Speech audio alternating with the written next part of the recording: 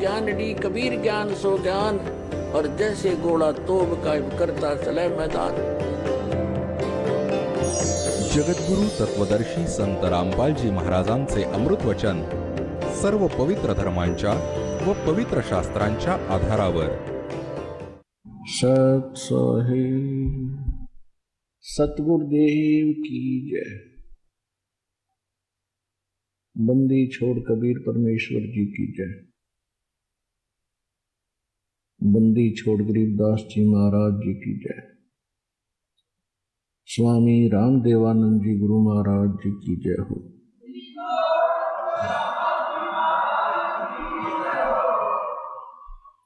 गरीब नमो नमो सतपुरुष को नमस्कार, गुरु की नहीं।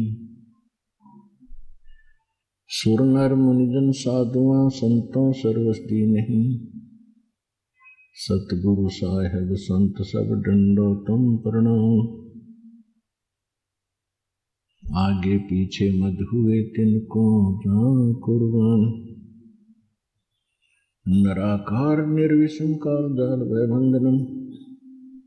निर्लेपम निज निर्गुणम अकल अनुवेशंदनम। सोहम सुरति समापतम सकल समाना निर्तल। उज्ज्वल हिरंबर हरदमम बेपरवाह अथा है। वार पार निमद्य तुम। ग्रीव जो सुमरै सिद्ध होई, गणनायक गलता न। करो अनुग्रह सोई, पारस पद परवाना। आदि गणेश मनाओ, गणनायक देवन देवा। चरण कमल लो लाऊं, आदंत करूं सेवा। परम शक्ति संगीतम, रिद्धि सिद्धि दाता सोई। अविगत गुण अतीतम, सत्य पुरुष निर्मोही। जगदम्बा जगदीशम, मंगल रूप मुरारी। तन मन अर्पों शीसम, भक्ति मुक्ति भंडारी। सुर नर मुनि जन ध्यावे, ब्रह्मा विष्णु महेशा। शेष सहस मुख गावे, पूज्य आदि गणेशा। इंद्र कुबेर सरीखा, वरुण धर्म राय ध्यावे। समर्थ जीवन जी का, मन इच्छा फल पावे। 33 कोटि अधारा, ध्यावे शेष 88। उतरे बहुजल पारा, कट है यम की फांसी। 33 कोटि अधारा, ध्यावे शेष 88। उतरे बहुजल पारा, कट है यम की फांसी। कर जोरूं विनती करूं, धरूं चरण पर शीश। गुरु जी राम देवानंद जी महाराज ने दियो नाम बख्शीश। कोटि कोटि सिजदा करूं, कोटि कोटि प्रणाम। चरण कमल में राखियो में बांधी, जम गुलाम।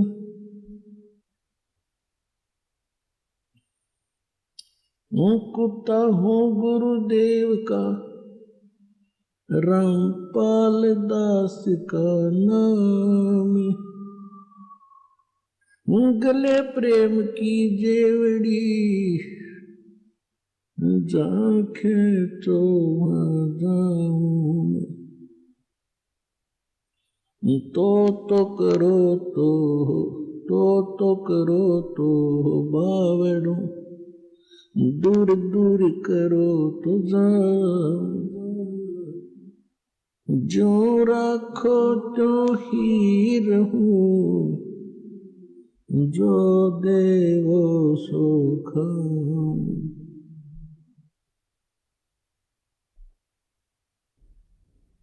परमपिता परमात्मा पूर्ण ब्रह्म, सर्व सृष्टीचे रचनाकार, सर्व सुखदायी पापनाशक, संकटमोचन, कष्टहरण, मंगल करणाऱ्या परमेश्वर कबीरजींच्या असीम कृपेने तुम्ही सर्व पुण्यात्मे परमात्म्याचा महिमा ऐकण्यासाठी उपस्थित झालात.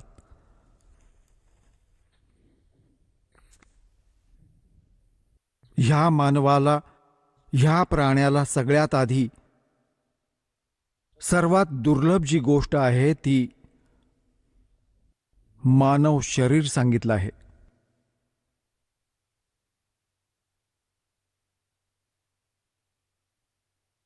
आणि त्यानंतर जर ह्याला कोणती दुर्लभ गोष्ट आहे तर ती सत्संग आहे. सत्यनारायण कथा ऐकण्याची संधी मनुष्य जीवन प्राप्त प्राण्याला सगळ्यात दुर्लभ आहे. आणि सत्संग कोण करू शकतो? सद्गुरू करू शकतात. सद्गुरूंशिवाय सत्संग होत नाही. सद्गुरूंची काय परिभाषा आहे? सत म्हणजे खरा, गुरु म्हणजे मार्गदर्शक, टीचर, मास्तर. आता इथे खरा शब्द प्रयोग केला आहे परमात्म्याने. मानुष जन्म दुर्लभ है ये मिलन बारंबार, तरवर से पत्ता टूट गिरे वो बहोर न लगता डार. सगळ्यात दुर्लभ गोष्ट आहे मानव शरीर. ह्या प्राण्याला आणि मानव शरीर प्राप्त प्राण्याला सगळ्यात दुर्लभ आहे सत्संग. आणि सत्संग करतात सद्गुरू. सद्गुरू म्हणतात जो फक्त खरं ज्ञान देतो तो खरा गुरु आहे. म्हणजे याने हे सिद्ध आहे की खोटे गुरु पण आहेत, तेव्हाच तर संतांना सद्गुरू शब्दाची गरज भासली. संत जसे ब्रह्म, ब्रह्मचा अर्थ आहे परमात्मा. आता इथे ब्रह्म जो आहे तो इथे ब्रह्म प्रसिद्ध झाला. दुसऱ्या शब्दात सांगू शकतो ब्रह्मचा अर्थ आहे मालक, स्वामी. तर एकतर 21 ब्रह्मांडांचा ब्रह्म आहे, म्हणून पूर्ण ब्रह्माची गरज वाटली आणि सतसाहेबची गरज पडली. आणि सतसाहेब म्हणजे खरा भगवान, रियल गॉड.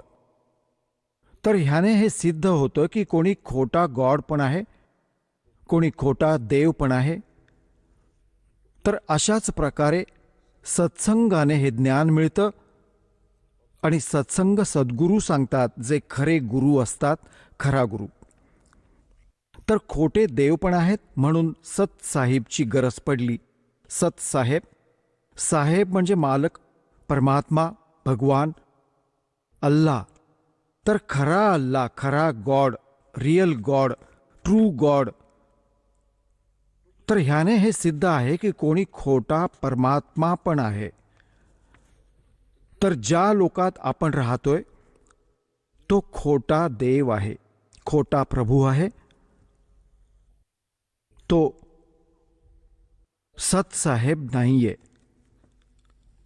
सूक्ष्म वेदात म्हटलंय की मुल्ला माया मग में बैठी हंसा सुन सुन खाई, ये ज्योत स्वरूपी कहे निरंजन में ही करता भाई. हाय हाय. एक न करता दो न करता नौ ठहराए भाई, दसवां भी धुंधर में मिल जा सत्य कबीर दुहाई. तर काय सांगतायत? सूक्ष्म वेदामध्ये आदरणीय गरीबदास साहेबजी जे परमात्म्याशी परिचित झाले आणि ज्यांच्या माध्यमातून परमात्म्याने हे आधीच सांगितले होते की 12व्या पंथाचा जो प्रवर्तक असेल, ज्याचा जन्म संवत्सर 1774 मध्ये होईल, त्याच्याद्वारे माझ्या महिम्याची वाणी पुन्हा प्रकट होईल यथार्थ रूपात. तर ते पुण्यात्मा गरीबदासजी साहेब म्हणतात की एक न करता दो न करता, जो कहते हैं मुल्ला माया मग में बैठी रस्त्यात और चुन हंसा चुन चुन खाई, और यो ज्योत स्वरूपी कहे निरंजन मैं ही करता भाई. म्हणतात की हा स्वतःला भगवान मानतो.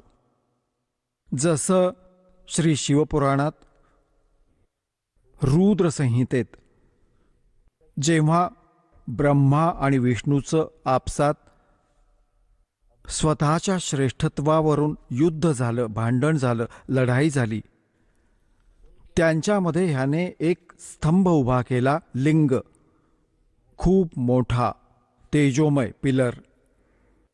त्यानंतर हा स्वतः आपला पुत्र शिवाचं रूप धारण करून तिथे येऊन उभा राहिला. तेव्हा त्यांना म्हणतो की तुम्ही परमात्मा नाही आहात, तुम्ही भगवान नाही आहात. ब्रह्मा विष्णू हे सर्व काही माझं आहे, मीच भगवान आहे. तर ह्याच्या पुढे सूक्ष्म वेद काय सांगतो? मुल्ला माया मग में बैठी हंसा चुन चुन खाई, ये ज्योत स्वरूपी कहे निरंजन मैं ही करता भाई. एक न करता दो ना करता नौ ठहराए भाई. यांची अक्कल तर बघा. म्हणतात एक पण भगवान नाही, हे 9 अवतार 9 भगवान मानून बसले, आणि 10वा येणार आहे निकलंक नावाने, ज्याला कल्की अवतार म्हणतात. हे म्हणतात तो पण असाच दंगा मस्ती करून, स्वतःची कर्म बिघडवून, जगाला मारून, स्वतःची कर्म बिघडवून मग निघून जाईल. मग तो 84 लाख योनींमध्ये निघून जाईल. सत कबीर दुहाई, की एक सच्चा भगवान असेल तर तो कबीर साहेब आहे. अन्य कोणी परमात्मा अविनाशी नाहीये, इतर कोणी सत साहेब नाहीये. आजचा जो प्रसंग आहे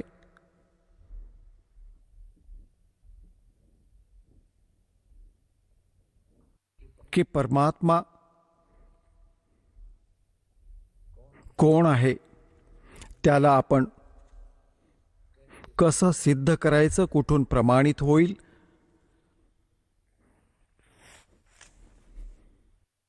आणि जेव्हा तो परमात्मा प्रमाणित होतो सर्व सद्ग्रंथातून, आपल्याला काही शंका राहणार नाही. तेव्हा आपण परमात्मा मानून जी साधना करू, तेव्हा तो भगवान आपल्याला पूर्ण लाभ देईल.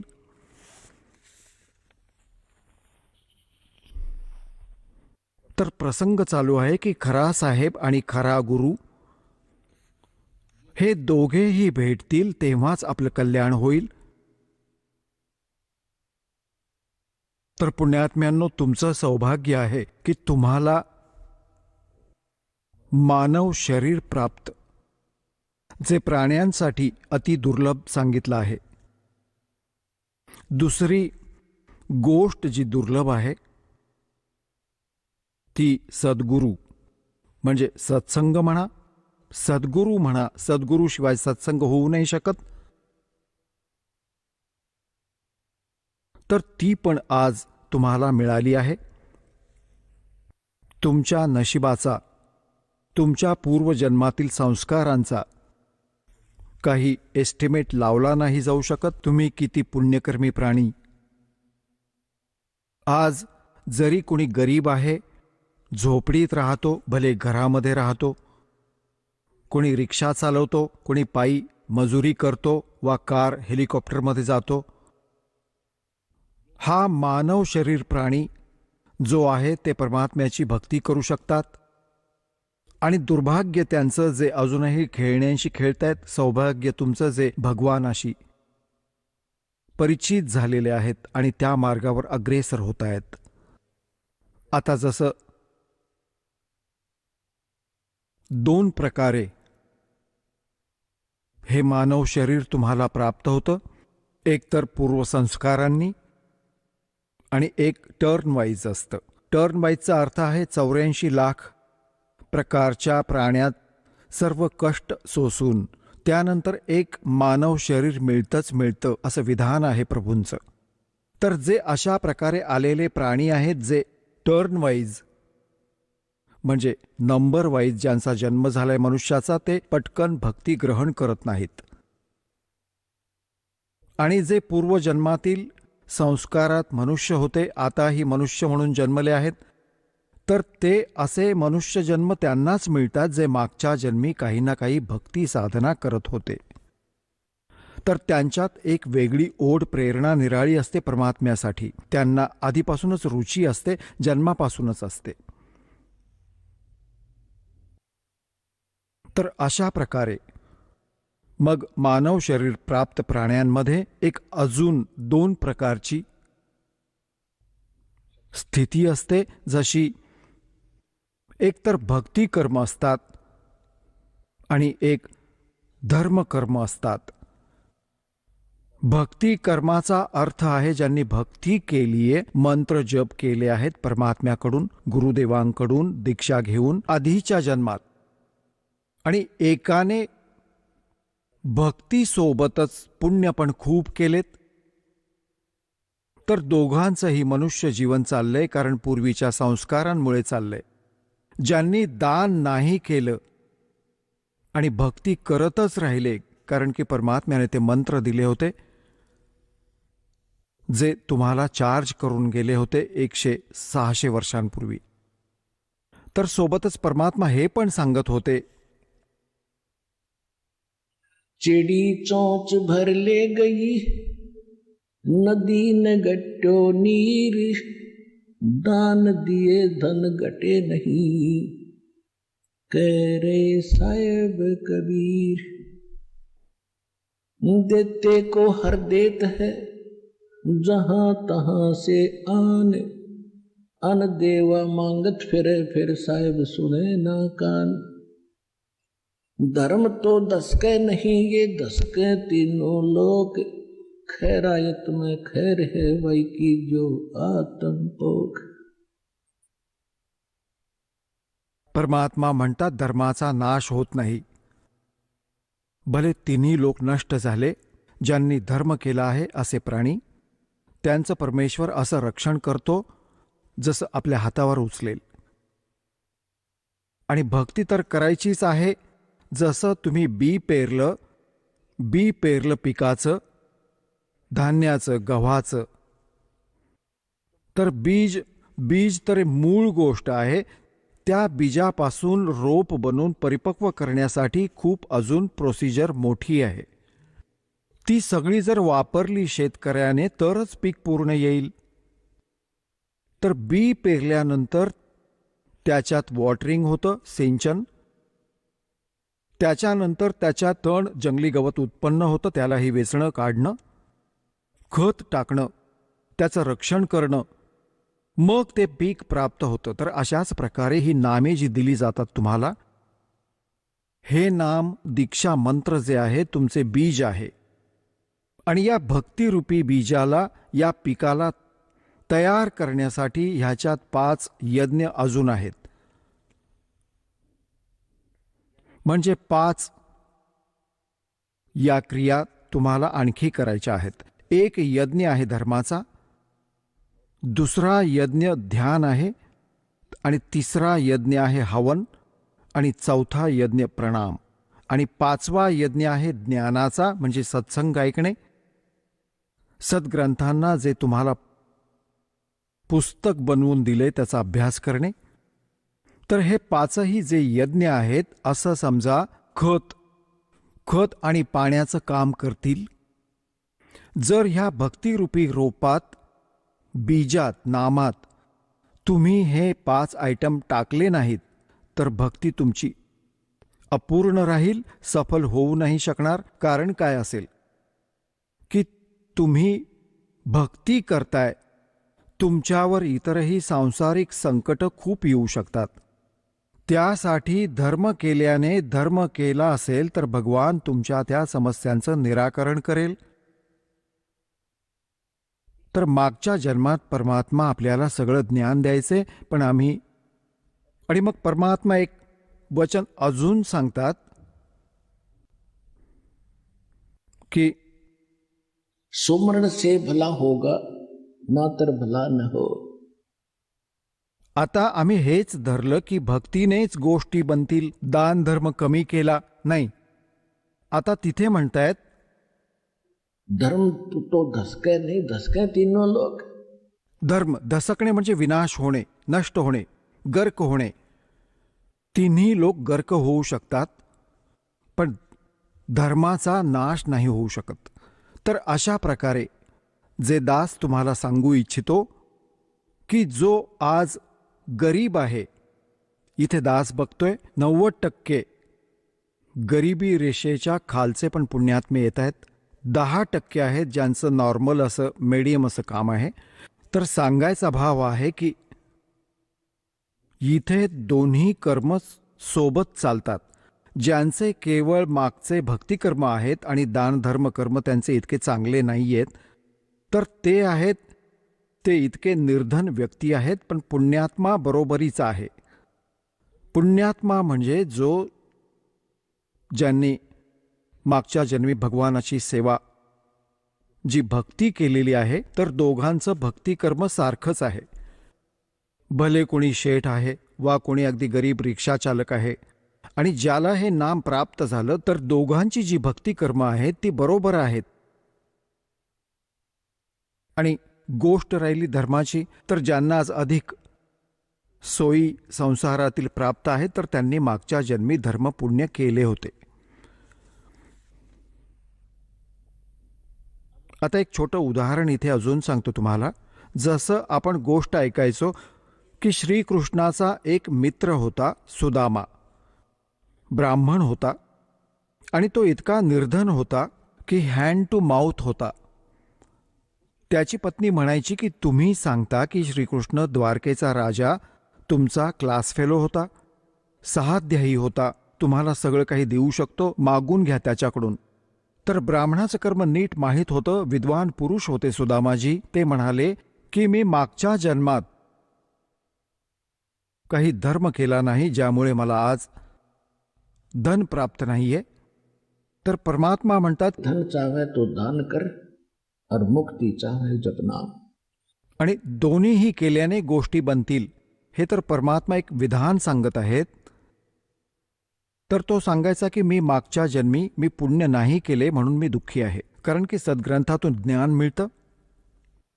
तर सांगण्याचा भाव हा आहे की धर्मकर्माने मग त्यात बदल होतो. जसं मग सुदामा गप्पा मारण्यासाठी श्रीकृष्णाकडे गेला. श्रीकृष्णजी एका गुरु रूपातही होते, आध्यात्मिक शिक्षक पण होते. सर्व पांडवांचे ते गुरु होते, यादवांचे गुरु होते. तर सुदामाजी पोहे घेऊन गेले होते. श्रीकृष्णजीने पोहे खाल्ले. त्याचं प्रतिफळ म्हणून परमात्म्याने, म्हणजे जो जितकं सामर्थ्य, जेवढं सामर्थ्य श्रीकृष्णरूपी गुरुमध्ये होतं, त्या आधारावर त्याने त्याचं काय बनवलं, एक घर बनवलं. म्हणजे ती समस्या सुटली त्या धर्म आणि कर्म करण्याने, प्रामाणिक भावाने. बघा, मुलं तर उपाशी होती आणि पोहे उरले होते, तेच बांधून घेतले त्याने. तर ह्यापेक्षा मोठं पुण्य नाही. आज कोणाकडे 1 कोटी संपत्ती आहे आणि त्याने 1000 दान केले, दान तर ते पण आहे, आणि ज्याने 1 कोटीतले 1 कोटी देऊन टाकले, तर त्या दानात त्यात जमीन आसमानाचं अंतर आहे. तर सुदामाजींनी जे पोहे दिले ते समजा 1 कोटीतले 1 कोटी दिले. मग त्याने प्रसन्न झाला. त्याच्याने प्रसन्न होऊन त्याला काय मिळालं? एक महाल मिळाला, आजीवन सुखाचं साधन मिळालं. पण मोक्ष जसाच्या तसा राहिला. पशुपक्ष्यांची योनी तरीही सुदामाला प्राप्त झाली. आता इथे येणाऱ्यांना प्रेरित केलं जातं खऱ्या अंतःकरणाने, खऱ्या श्रद्धेने.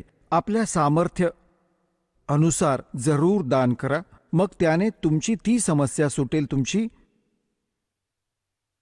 जी पूर्वजन्मात तुम्ही चूक करून बसलात, धर्मदान केलं नाही, आज 1 पैशासाठी भटकताय, तर ती समस्या आता इथे सुरू होते. आता आपण त्या समर्थाला शरण आहोत जसं एक तैमूर लंग नावाचा एक लोहार होता मुसलमान, आणि तो इतका गरीब होता, कधी कधी त्याला पीठ पोळी पण मिळायची नाही. दोघं मायलेक होते. आणि तो काय करायचा की श्रीमंत लोकांच्या शेळ्या मेंढ्या चरायला न्यायचा. एके दिवशी, पण ते होते धार्मिक, पूर्वीचे संस्कार चांगले होते.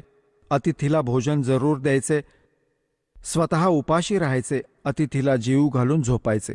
अशा प्रकारे परमात्मा तिथे पोचले एका जिंदा महात्म्याच्या रूपात. ज्यावेळी तैमूरलंग बकऱ्या चारत होता, तिथे जाऊन त्याच्याजवळ झाडाखाली बसले भगवान. तैमूरलंग म्हणाला, महाराज, जेवणाचं काय? परमात्मा म्हणाले, बाबा, जेवण करीन. तैमूरलंगचं जेवण झालं होतं. मग घरी गेला, आपल्या आईला म्हणाला, आई, एक वाटसरू साधू आहे, गावाच्या अगदी जवळच त्या वृक्षाजवळ शेळ्या मेंढ्या बसल्या होत्या आणि जेवण करू इच्छितो आई. घरामध्ये फक्त 2 पोळ्यांचं, एका पोळीचं पीठ होतं आणि बनवून आई पोळी म्हणाली, मी पण येते, साधूचं दर्शन घेते. पाण्याचा तांब्या घेऊन एक पोळी घरात उरली होती, त्या पिठाची बनवून चालू लागली. परमात्म्याला खायची विनंती केली. परमात्मा जेवण जेवू लागले. इतक्यात आईने पुन्हा पुन्हा म्हटलं त्याच्या की महाराज, आम्ही खूप निर्धन आहोत, महाराज, आम्ही खूप दुःखी आहोत, कधी कधी तर पीठ पण मिळत नाही. परमात्म्याने पोळी खाऊन तांब्यातलं पाणी पिऊन एक बकरी बांधाची दोरी पडली होती, साखळीसारखी, पातळशी असते, तिला 4 वेळा दुमडलं. ती अशी पकडून तिच्या मुलाच्या डोक्यात पाठीवर मारली, उठून 7 वेळा मारली, 1 2 3 असं 7, आणि मग लाथ मारली आणि मग बुक्के मारले. आता त्याच्या आईला वाटलं की कोणी मेंटल साधू आहे, हा वेडाय, आणि मी ह्याला सारखं सारखं विचारलं, हटकलं, म्हणूनच रागावला. आणि साधू काय सांगावं, शाप पण देईल, हात जोडून म्हणू लागली, महाराज, माझ्या मुलाची काही चूक झाली का? परमात्मा म्हणाले, नाही माई, तुझ्या मुलाला जे मी आधी 7 फटके मारलेत ना, ही साखळी मारली, दोरी, तुझ्या मुलाला तैमूरलंगला 7 पिढ्यांचं राज्य दिलं मी बक्षीस, आणि जे बुक्के व लाथा मारल्या त्याने ते राज्य तुकड्यात वाटलं जाईल. असं तो म्हणत होता तेव्हा माई विचार करत होती, वेडा माणूस आहे, मेंटल, खायला पोळी नाही, खोटे आशीर्वाद देतोय की 7 पिढ्यांचं राज्य दिलं. इतक्यात परमात्मा अंतर्धान पावले. अंतर्धान पावले तसं बघितलं चहूकडे. त्यांना वाटलं की हा तर देवदूत होता. पण इथे गोष्ट गळ्याखाली उतरत नव्हती की माझा मुलगा राजा बनेल. म्हणतात, साधु वचन उलटे नहीं, चे पलट जाओ ब्रह्मांड. त्यानंतर तो तैमूरलंग राजा झाला. दिल्लीचा, दिल्लीत इतिहास साक्षी आहे. दिल्लीपर्यंत त्याने कब्जा मिळवला होता आणि इथे आपला एक नोकर बसवला होता दिल्लीच्या सिंहासनावर. तो त्याला टॅक्स द्यायचा. तैमूरलंग नंतर त्याचा नातू बाबर दिल्लीचा बादशहा बनला. त्यानंतर लागोपाठ 5 पिढ्या औरंगजेबापर्यंत तैमूरलंगाचं राज्य राहिलं. औरंगजेबानंतर ते तुकड्यात त्याची पिढी वेगवेगळ्या राज्यात वाटली गेली. रोटी तमर लंकू दीनी, तात 7 बाद सैलीनी. तुम्ही अन्नदेवाच्या आरतीमध्ये वाचता तर सांगण्याचा भाव हा की दास जे तुम्हाला आज आध्यात्मिक जे प्रवचन सांगू इच्छितो की जे पूर्वी चुका करत होते आणि आता दान धर्म ना करून आज खूप दुःखी आहेत, खूप मोठी समस्या आहे त्यांच्यापुढे उदरनिर्वाहाची, ह्या समर्थांकडे आल्यानंतर ही समस्या नाही राहणार. पण समस्या ही राहील की तुम्हाला विश्वास कधी होईल की कबीर इज गॉड. ज्या दिवशी तुमचं अंतःकरण मानेल, कानोकानी ऐकलेल्या गोष्टींचा उपयोग नाही होणार. आत्म्याचा सोबती आहे भगवान, ह्या मनाचा साथी नाही. मन तर काळाचा एजंट आहे आणि परमात्म्याच्या भक्तीने ह्या मनाला पण आत्मा स्वतःशी अनुकूल करेल. आता तर तो आत्म्यावर बसला आहे, ह्याने आत्म्याला आपलं वाहन बनवलं आहे आणि जिथे पकडून घेऊन जातो वाईट कर्म करून त्याच्या आधाराने चालतोय. मग आत्मा ह्याच्यावर बसेल आणि ह्याचा स्पीड खूप कमी होईल.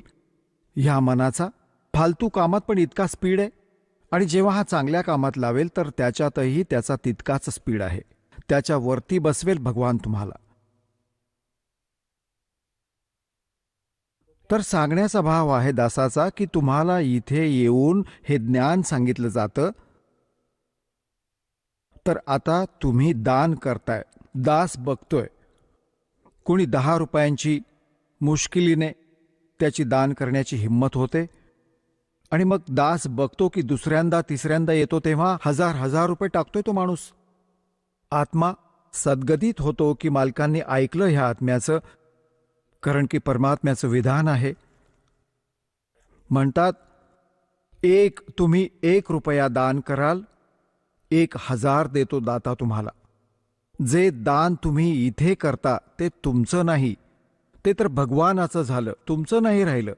त्या बदल्यात 1000 त्याच वेळी मालकांनी लिहिले त्या तुमच्या अकाउंटमध्ये, पण ते अकाउंट तुम्हाला दिसत नाही कधी.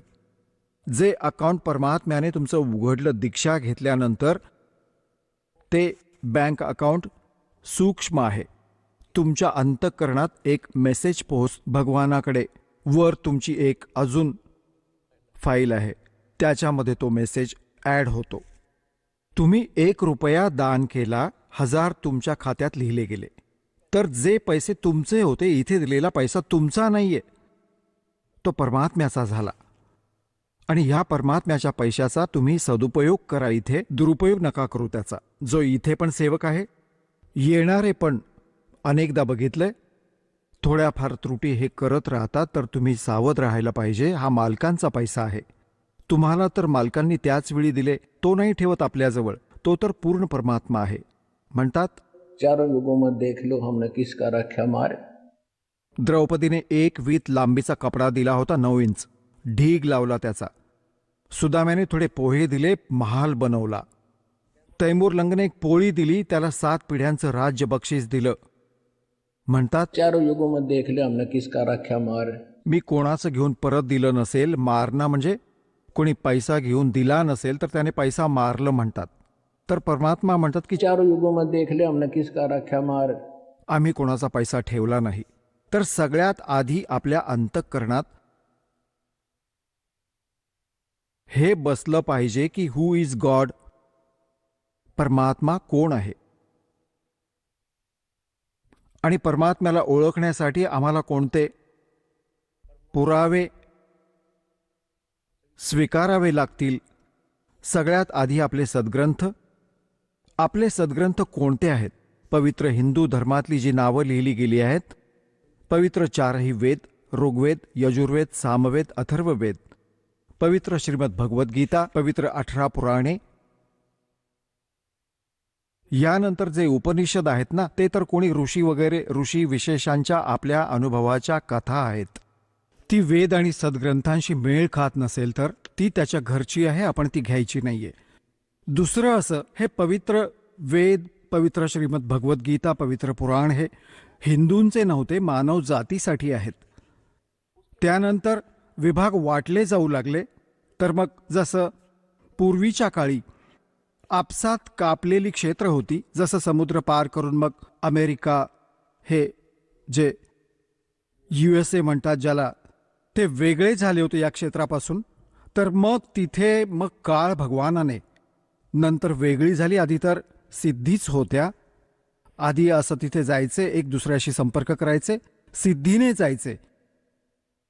त्यानंतर ते क्षेत्र वेगळे झाले. तर काळाने पुन्हा जसं ईसा मसीह सारख्या, बाबा आदम सारख्या महापुरुषांना तिथे जन्म दिला, मग त्याने आपली थिअरी, स्वतःची थिअरी वेगळी शिकवली त्यांना. आणि त्यानंतर मग ही पुस्तकं बनली, जसं तोरात, जब्बूर, इंजील आणि मग हे कुराण शरीफ.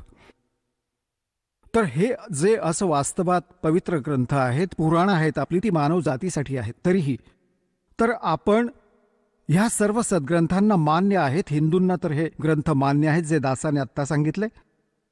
पवित्र चारही वेद, पवित्र श्रीमद भगवद्गीता, पवित्र पुराणे, उपनिषद तर वेगळी गोष्ट आहे, त्यांना विसरून जा.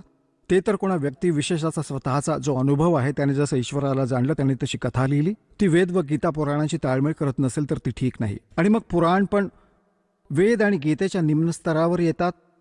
तो श्री ब्रह्माजींचा ज्ञान अनुभव आहे. ब्रह्माजींकडून ऐकून इतर ऋषींनी जो आपला अनुभव आला ते मग 18 विभागात वाटले.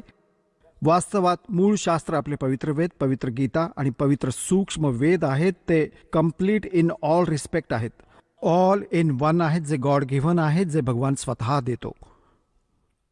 ते वेद ते आहे खरं ज्ञान. त्या खऱ्या ज्ञानालाच खरं ज्ञान आपल्या अंतःकरणात सामावण्यासाठी, पटवण्यासाठी ह्या पुराणांचा, वेदांचा, गीतेचा आधार घेतला जातो की जे ज्ञान भगवान देतो ते ह्याच्याशी पण जुळतं. जे ह्याच्यामध्ये यथार्थ ज्ञान आणि भक्तिविधी नाही ती त्या सूक्ष्म वेदात आहे. तर मग आम्हाला हा विश्वास वाटतो की जे वेदात सांगितले केवळ एक ओम मंत्र आहे. गीता सांगते ओम तत्सत, तो पूर्ण परमात्मा मिळवण्याचे केवळ 3 मंत्र आहेत. हा आहे इनकम्प्लीट हा कोर्स. आणि त्याच्यात काय लिहिले सूक्ष्म वेदात प्रथम मंत्र आहे तो 7 मंत्र आहेत. वेदात पण संकेत करतात की जोपर्यंत तत्वदर्शी संत येत नाहीयेत तिथे 5 नामं दिली जातात.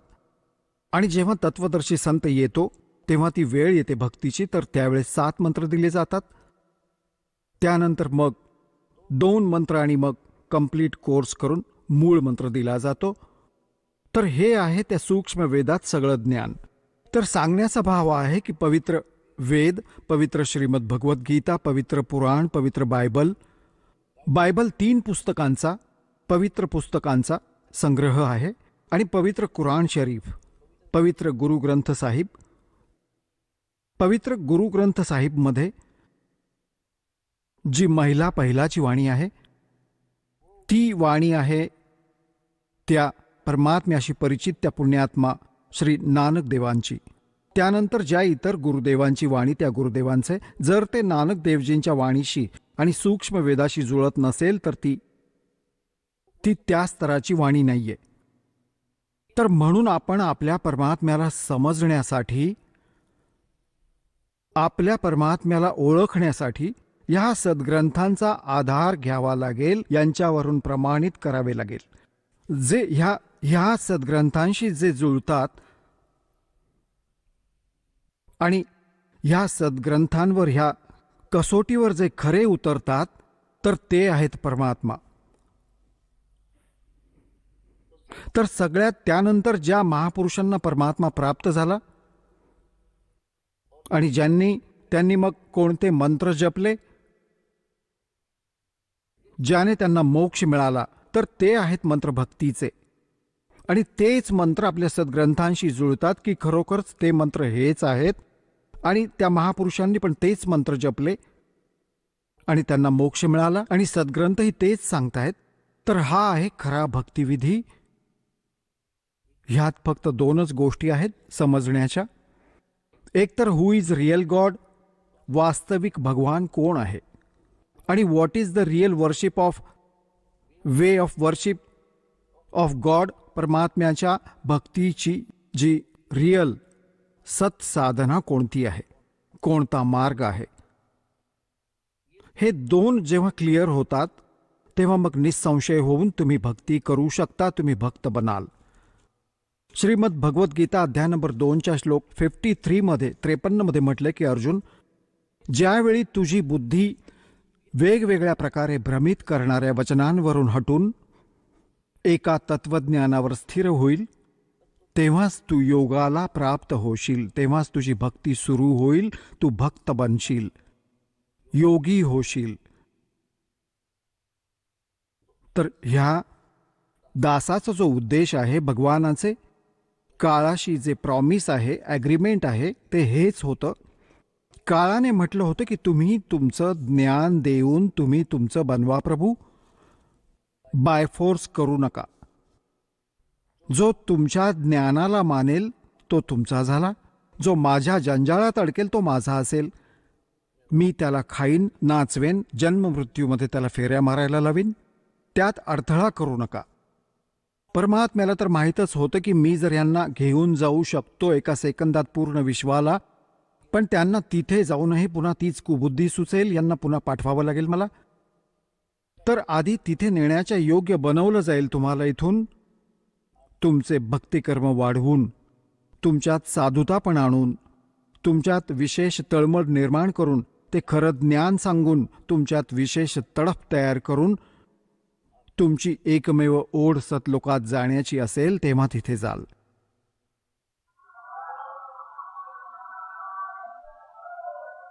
तर त्यासाठी ह्या इथली व्यवस्था आणि वरच्या व्यवस्थेचं एकत्र चित्रार्थ आणि वर्णन केलं जातं, कारण की तुमचं मन ह्या खराब जगातून निघून त्या सुखमय लोकात असं प्रेरित होईल जसं आपण तिथून इथे येण्यासाठी इतके उत्सुक होतो. इतकी उत्सुकता, इतकीच प्रबळ प्रेरणा इथून तिथे जाण्याची व्हावी. आणि ती होईल कारण आत्तापर्यंत आम्हाला ज्ञानातलं कख पण माहीत नव्हतं. आपण तर जन्म मरणाच्या चक्रातच पूर्ण मानलं होतं की बस हेच एक काम आहे, मरा सगळे मरतात, आम्ही पण मरतो, काही फरक पडणार नाहीये. आता कळून चुकेल, ह्याने खूप फरक पडणार आहे. कोटी जन्म झाले आहेत आमचे धक्के खात खात, गाढव कुत्रे डुक्कर बनून भटकत. थोडंसं मनुष्य शरीर आहे तर यात सुखाचं जेवण मिळतं, यात आपण माहीत नाही काय बनवून बसलो. तर आमचे ते ज्ञानाचेही चक्षु उघडेल भगवान, मग आम्हाला भूत भविष्य वर्तमान सगळं दिसू लागेल. तर जो प्रसंग चाललाय त्यावरच येऊया. परमात्म्याला ओळखणं सगळ्यात पहिलं काम आहे आपलं, कारण की आजपर्यंत आपल्याला डेफिनेशन ऑफ गॉड माहीतच नव्हती. परमात्म्याच्या प्रभूच्या परिभाषेशी परिचित नाहीये. कोणी म्हणतं भगवान निराकार आहे, कोणी म्हणतं भगवान श्रीकृष्ण आहे, श्रीराम आहे, ब्रह्माजी, श्री विष्णूजी, श्री ब्रह्माजी, श्री शिवजी हेच भगवान आहेत. मग हनुमानजी भगवान आहेत, मग गणेशजी भगवान आहेत. त्यानंतर ही जी छोटी मंदिरं समाध्या आपण बनवून ठेवल्यात त्यांनाही भगवान बनवलं. बघा परमात्म्याची परिभाषा काय आहे. परमात्म्याची व्यवस्था अशी आहे जसं इथे तुम्ही बघता अधिकारी आहे, कर्मचारी आहे, अधिकारी आहे, आणि मग मंत्री, मुख्यमंत्री, पंतप्रधान हे सर्व साहेब म्हटले जातात.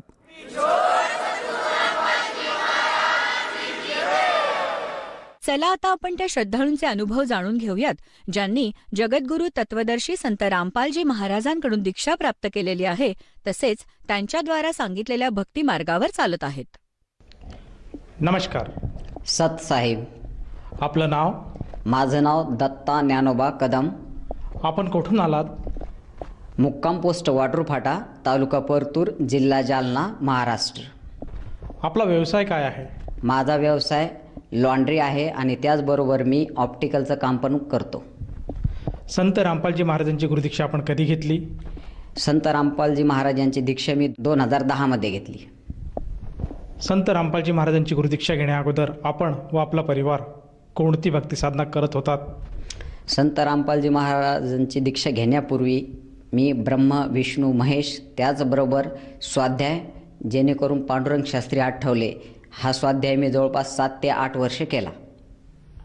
आणि त्याचबरोबर मी गणपतीची जास्त भक्ती करायचो, कारण गणपतीची मी पूजा जास्त करीत होतो. आणि जसं की गणपती बसतो त्यावेळेस मी 1 महिने अगोदरच तयारी करायचो. इष्टदेव म्हणजे माझा गणपती असल्यासारखं व्हायचं.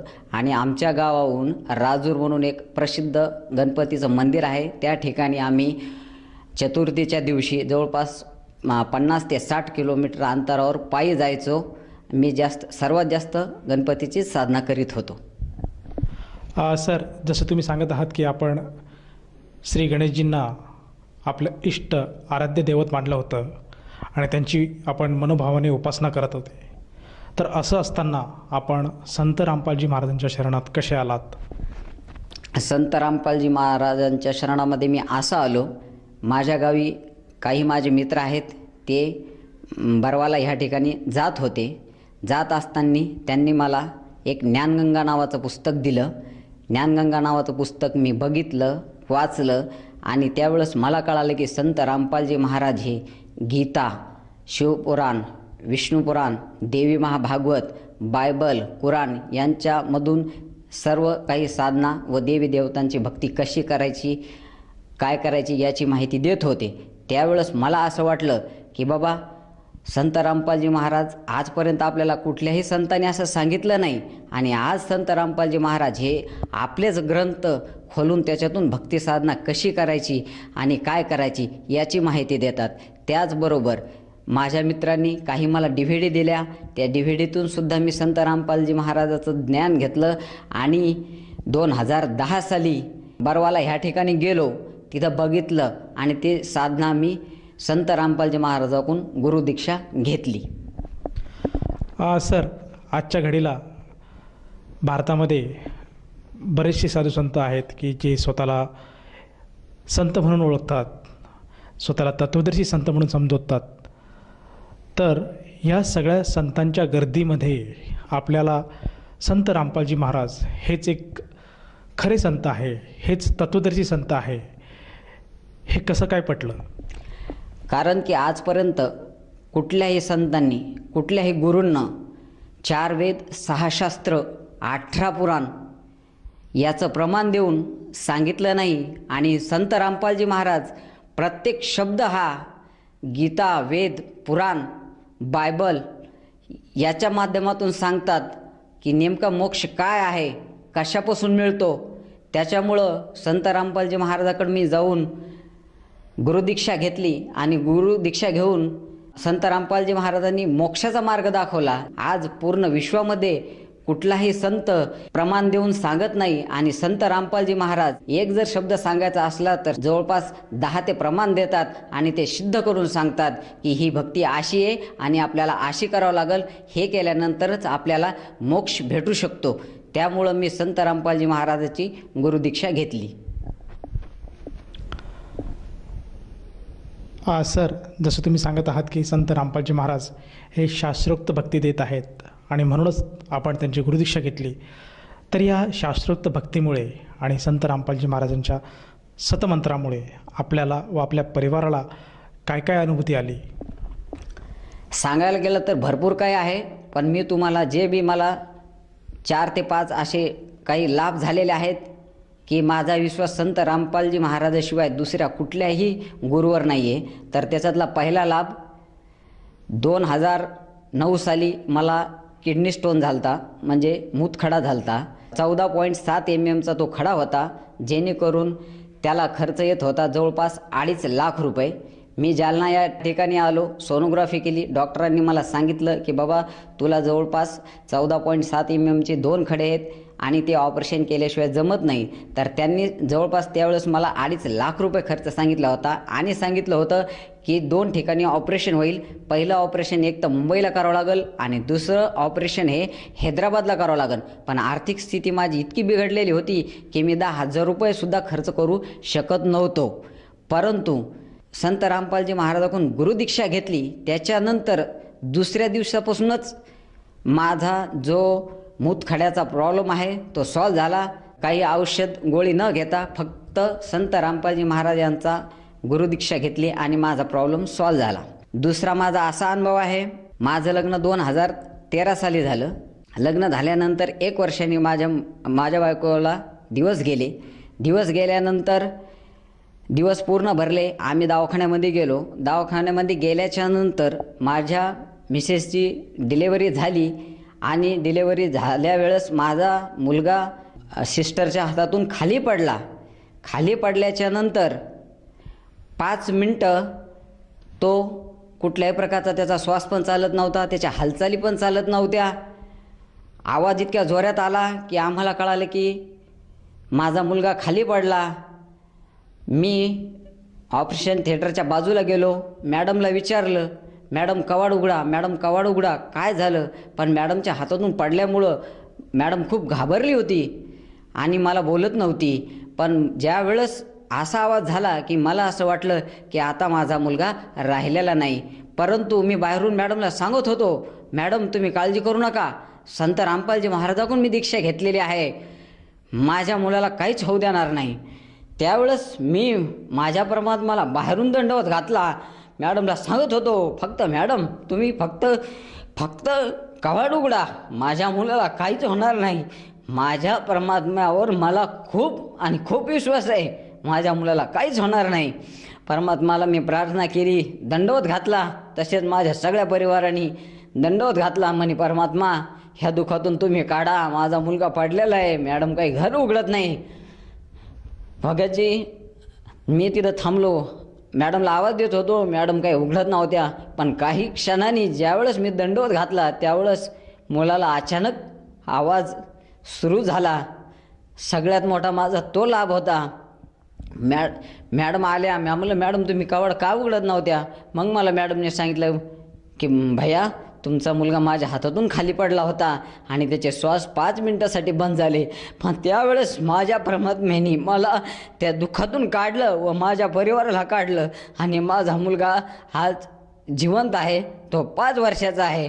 त्याच्यामुळं संत रामपालजी महाराज जगामध्ये एकमेव असे गुरु आहेत की त्यांच्याशिवाय गुरु नाही, तत्वदर्शी संत नाही. ते जे साधना सांगतात ती साधना खरीच आहे.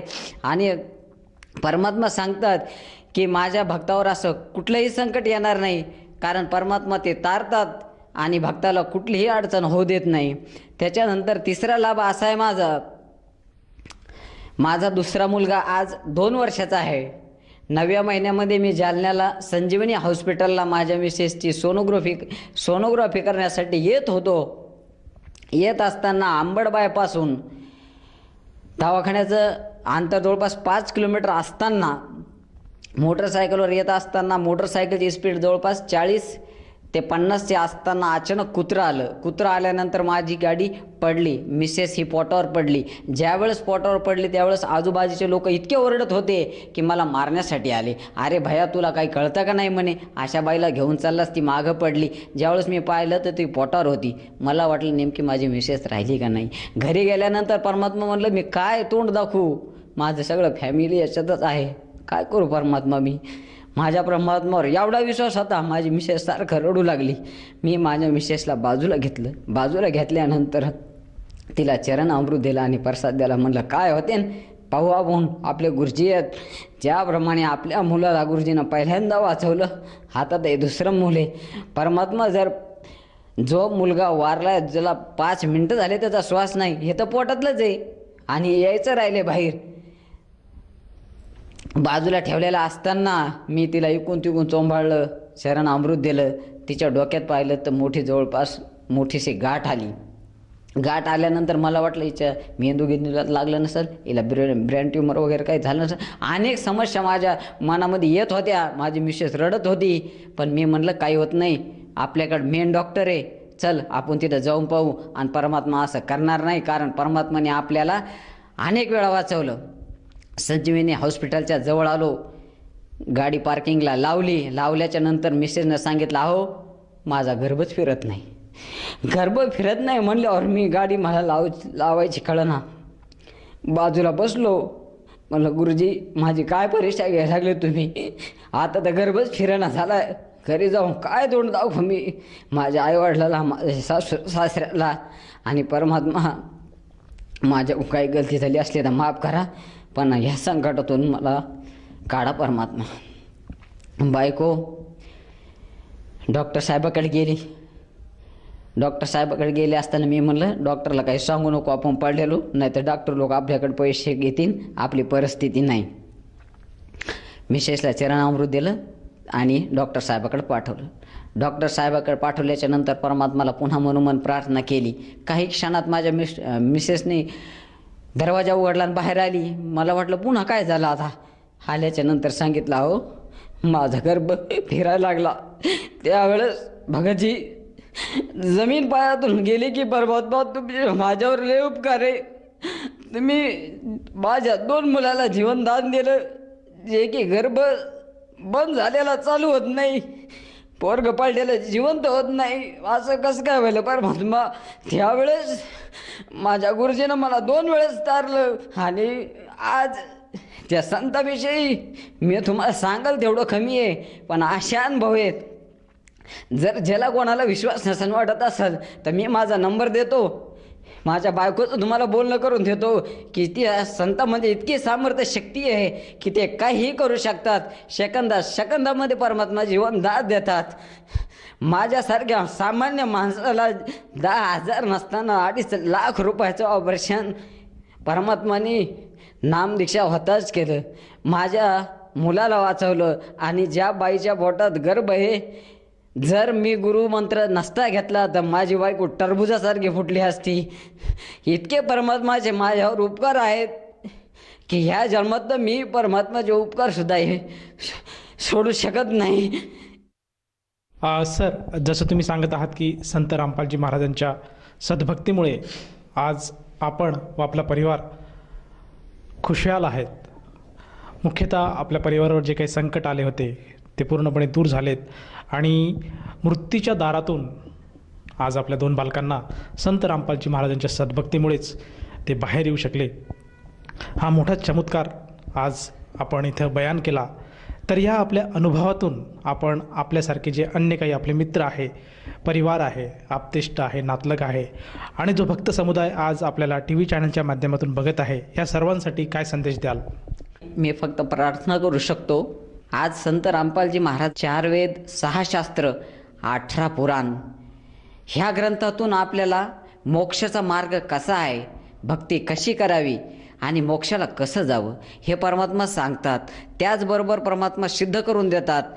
आणि भक्त समाजाला सांगतो की जे माझ्यावर जे संकट आले त्या संकटातून, कारण की मेलेला मुलगा जिवंत करणं ही काही सोपी गोष्ट नाही, किंवा आजपर्यंत जगात असले कुठलेही संत नाही की त्यांनी असे चमत्कार दाखवलेत.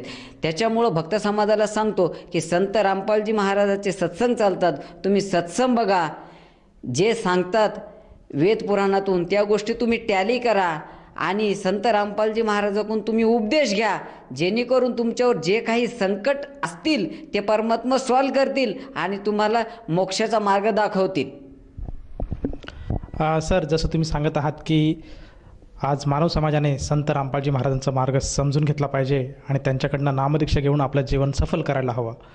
तर ह्या अनुषंगाने जर एखाद्या साधकाला जाणवलं की आपण सुद्धा संत रामपालजी महाराजांची नामदीक्षा घ्यावी, तर ती व्यक्ती नामदीक्षा कशी घेऊ शकेल? संत रामपालजी महाराजांचे सत्संग TV वर चालतात. सत्संग चालू असताना काही खाली नंबर फ्लॅश होतात. त्या नंबरवर आपण फोन लावावा व आपलं नाव, गाव याची माहिती द्यावा. त्या ठिकाणी आपण फोन केल्याच्या नंतर संत रामपालजी महाराजांचे प्रत्येक जिल्ह्यामध्ये नामदान केंद्र सुरू झालेले आहे. त्या ठिकाणी आपल्याला जाऊन गुरुमंत्र दिल्या जाईल. सर, या गुरुमंत्रासाठी त्या साधकाला किती पैसे द्यावे लागतील? संत रामपालजी महाराजांची गुरुदीक्षा घेताना 1 रुपया देखील लागत नाही. त्याचबरोबर संत रामपालजी महाराज आपल्याला गुरुमंत्राचं एक पुस्तक, एक फोटो, चरणामृत असं साहित्य निःशुल्क देतात. त्याचा कुठल्याही प्रकारचा 1 रुपया न घेता गुरुमंत्र हा अगदी मोफत म्हणजे फ्री आहे. धन्यवाद. सत साहेब.